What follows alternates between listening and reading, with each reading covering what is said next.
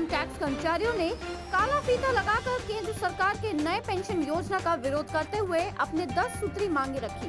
इनका कहना है कि सरकार को हमारी मांगों पर जल्द से जल्द विचार करे, अन्यथा भविष्य में ऐसे प्रदर्शन केंद्र सरकार के खिलाफ होते रहेंगे।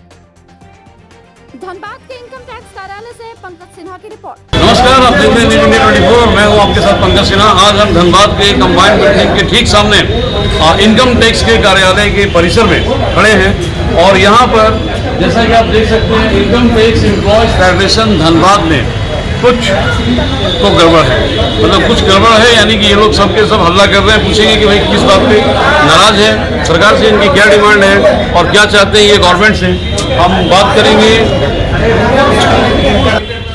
श्रीमान जी, आपका सुना?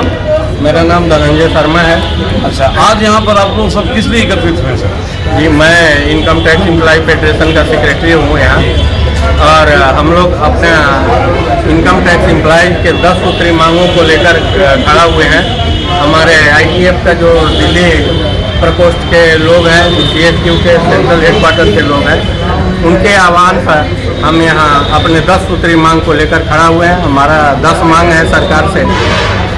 सबसे पहले तो हमारे जो नए एम्प्लॉय आ रहे हैं उनको पेंशन स्कीम का फ़ायदा नहीं मिल रहा है। उनको पेंशन स्कीम, जो पुरानी पेंशन स्कीम है, उसको स्क्रैप करते हुए इस गवर्नमेंट ने नई पेंशन स्कीम लाई है जो कतई भी हमारे एम्प्लॉय के हित में नहीं है। तो मैं गवर्नमेंट से, आपके मंच से ये मांग करना चाहता हूँ कि इसको बड़ी ही सजगतापूर्वक विचार करते हुए इनके हक को देने का काम करें। इनके बाल बच्चों के भविष्य को ध्यान में रखते हुए, इनके बुढ़ापे के सहारा के रूप में इनके भविष्य को ध्यान में रखते हुए इनको ओल्ड पेंशन स्कीम दिया जाना चाहिए और ये हमारा हक है। यदि सरकार नहीं देगी तो हम लोग मजबूर होंगे कि हम लोग सड़क पे आए और सरकार के विरोध में हम लोग अपनी मांग को रखें।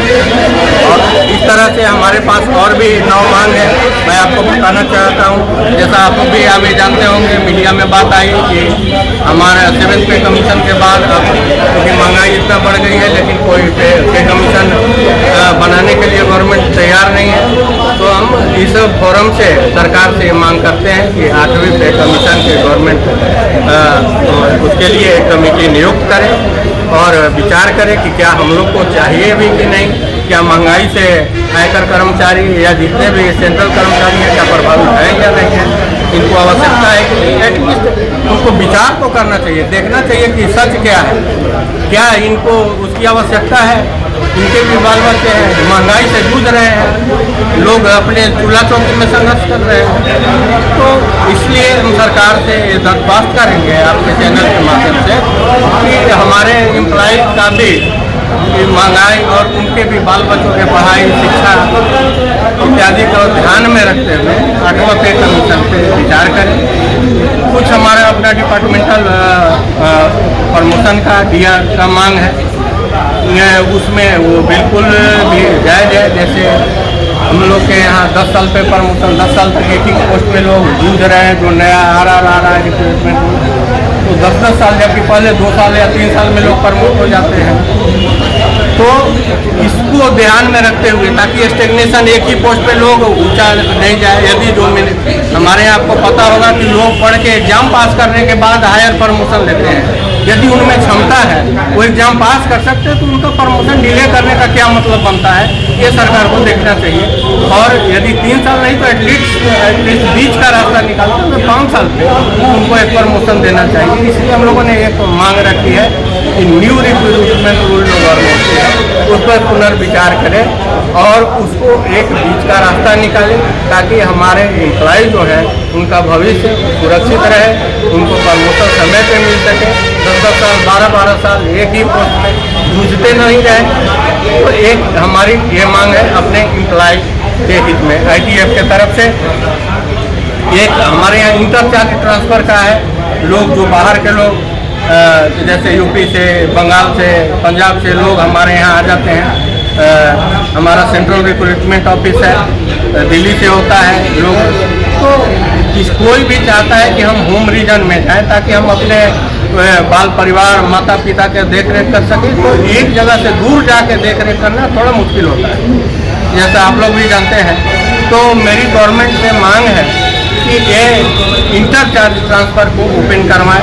हमारे CBDT के जो चेयरमैन हैं नितिन गुप्ता सर, उनसे भी ये रिक्वेस्ट है कि वो अपनी हमारी मांग को सरकार के समक्ष रखें, रेवेन्यू सेक्रेटरी के समक्ष रखें और उनको कहें कि ये सर हमारे लिए थोड़ा ज़्यादा हो जाएगा, इसको काइंडली देखते हुए इसको रिलैक्स करें। और जो बाहर के लोग हैं, यदि सीट है, वैकेंसी रहने पर ही ये ट्रांसफ़र देते हैं, तो वैकेंसी है तो उनको भेजने में क्या आपत्ति होनी ही नहीं चाहिए, तो उनको उनके अपने घर वापस भेजें, तो इंटर चार्ज ट्रांसफ़र को खोलें। एक हमारी बड़ी पुरानी लंबी मांग है, आप लोग जानते हैं कि 18 मंथ का DA हम लोग का काट लिया गया है। महंगाई भत्ता गवर्नमेंट रोक ली है, लाखों लाख रुपए एक तो गरीब छोटे एम्प्लॉय है, छोटे कर्मचारी हैं, उनका पेंडिंग है। तो उसको यदि अभी जान रहे हैं हमारा देश 5वीं बड़ी अर्थव्यवस्था बनने जा रही है या बन गई भी है मोदी जी के अनुसार, तो अच्छी बात है। हम लोग तीसरी के लिए भी योगदान देंगे। आयकर विभाग ही ऐसा विभाग है जो कलेक्शन करके देता है और आप इसी के एम्प्लॉय को उसका 1 लाख रुपए यदि छोटे कर्मचारी का पैसा काट लेंगे तो उसका परिवार बच्चे के एडमिशन के लिए जुटेगा, तो उसको पढ़ाने के लिए हायर एजुकेशन में संघर्ष करेगा, ये अच्छी बात नहीं है। तो इन तमाम मांगों पर हमारे गवर्नमेंट से आग्रह है, तो बड़ी सदैतापूर्वक देखने की बात है। हमारे कर्मचारी बड़े छोटे पेमेंट वाले लोग होते हैं, इसमें MTS है, PA है, 4000 के स्केल में काम करते हैं, 1800 इनका ग्रेड पे होता है, तो इनका पेमेंट काट के बहुत, हमको नहीं लगता है कि हम विश्व की तीसरी शक्ति बन जाएंगे। तो इसको नहीं, जहां हमें करना है उसको इन्फोर्स करना है, जहां से हम ज़्यादा रेवेन्यू अचीव कर सकते हैं उसके लिए हम लोग संघर्षरत हैं। हम लोग सर्वे करते हैं, सर्च करते हैं, पैसा कलेक्शन करते हैं। तो इसके लिए हम आग्रह करेंगे आपके मन से कि ये जो हमारा 18 मंथ का DA जो काट लिया गया है, इसको भी गवर्नमेंट हम लोग को वापस दे दे तो हम लोग बड़ी आभारी रहेंगे सरकार के। साथ में एक दो और छोटा छोटा प्रॉब्लम है, ये बहुत ही छोटा गवर्नमेंट के लिए तो प्रॉब्लम ही नहीं है, इसको 2 मिनट का काम है इसके लिए। एक जो हमारे यहाँ एम्प्लॉय डेथ कर गए, उनके बाल बच्चे सड़क पे जूझ रहे हैं, तो उनके अपॉइंटमेंट का, कंपनसेट अपॉइंटमेंट का मसला है। तो ये कंपनसेशन आप जानते ही हैं कि बड़ी सहानुभूति का विषय होता है, ये बड़ी मार्मिक मामला है, तो इसको बड़ी सदैतापूर्वक देखने का ज़रूरत है गवर्नमेंट को। इसमें अपने दिल पे हाथ रख के विचार करने की ज़रूरत है कि क्या उनके एम्प्लॉय सड़क में भटक रहे हैं, उनके बाल बच्चे सड़क में भटक रहे हैं, तो अच्छा नहीं है। तो उसको गवर्नमेंट ये एक डायरेक्शन इशू करे, एक सर्कुलर इशू करे कि नहीं भाई, इन लोगों को 1 टाइम रिलैक्सेशन देते हुए जितने लोग जूझ रहे हैं इन चीज़ों से उनको निजात मिले। कुछ कैजुअल लेबर हमारे कॉन्ट्रैक्ट पे या डेली बेसिस पे काम कर रहे हैं, हमारे यहाँ बहुत सालों से डेली बेसिस पे हमारे यहाँ 20-20 साल अपना पूरा जीवन बिता दिया काम कर, 20 साल से, 18 साल से, 15 साल से लोग करें, एक सर्कुलर इशू करें कि नहीं भाई, इन लोगों को 1 टाइम रिलैक्सेशन देते हुए जितने लोग जूझ रहे हैं इन चीज़ों से उनको निजात मिले। कुछ कैजुअल लेबर हमारे कॉन्ट्रैक्ट पे या डेली बेसिस पे काम कर रहे हैं, हमारे यहाँ बहुत सालों से डेली बेसिस पे हमारे यहाँ 20-20 साल अपना पूरा जीवन बिता दिया काम कर, 20 साल से, 18 साल से, 15 साल से लोग लगे हुए हैं। इसमें कोर्ट का डिसीजन भी उनके फेवर में आ गया है, ऑनरेबल सुप्रीम कोर्ट का डिसीजन है। तो हम चाहते हैं कि इन तमाम मांगों को लंबी तरह के गवर्नमेंट को कुछ नहीं मिलने वाली है, अब बाद में हो, इससे अच्छा है कि ग्रेसफुली गवर्नमेंट खुद इनिशिएटिव लेते हैं, अपने तरफ से एक सर्कुलर इशू करे और हमारे एम्प्लॉय के हित में एक सर्कुलर जारी करें और इन मांगों को मान लिया जाए। हम लोग कोई भी चांद तारे तोड़ने का मांग नहीं रखे हैं, हमको चांद चाहिए नहीं है, इसमें कोई भी इलीगल या कोई ड्रास्टिक या मांग हम लोग के तरफ से नहीं है।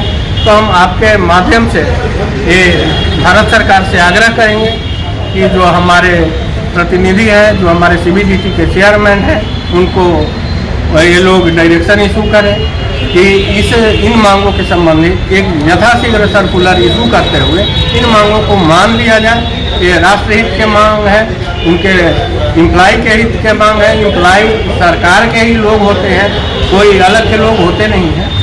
तो ये सरकार अपने ही बच्चों पे, यदि घर का गार्जियन अपने ही बच्चों पे यदि उल्टा सोचने लगे, एडवर्स व्यू लेके बैठे, ये अच्छी बात नहीं है। तो हम भारत सरकार से आग्रह करेंगे कि हमारी 10 सूत्री मांगों को बिल्कुल मान लिया जाए, यह हमारा रिक्वेस्ट है। और नहीं तो बाध्य होकर हमें ये यूनियन के प्लेटफॉर्म से सरकार के विरुद्ध हम लोग आएंगे, हम लोग नाराबाजी करेंगे, प्रदर्शन करेंगे। ये अच्छी बात नहीं है, कोई भी नहीं चाहता है कि ऐसा करना पड़े। तो आपके माध्यम से हमारा सरकार से यही हम लोग खुश चलिए, रहेंगे, बहुत अच्छी बात है। तो देश को और आगे ले जाने में हम लोग मदद करेंगे, इसी अर्थव्यवस्था बनाने में मदद करेंगे, योगदान देंगे। बिल्कुल। तो इनकम टैक्स एम्प्लॉय जो कि मतलब कि दुनिया के तमाम व्यवसायियों पर नज़र रख करके सरकार के टोस्ट को भरते हैं, आज खुद संकट में है 10 सूत्री मांग को लेकर के। आज यहाँ काला बिल्ला लगा करके ये प्रदर्शन कर रहे हैं सरकार के खिलाफ। और 10 सूत्री मांग जो है वो भी मतलब कि ट्रांसफ़र को लेकर के, अनुकंपा को लेकर के, नई पेंशन योजना को बंद करके ओल्ड पेंशन योजना को लागू करके, इन सब चीज़ों को लेकर के है। और 2024 का चुनाव भी नज़दीक है, तो सरकार को जरूर इस पर ध्यान देना चाहिए। Pankaj Sinha, news India 24।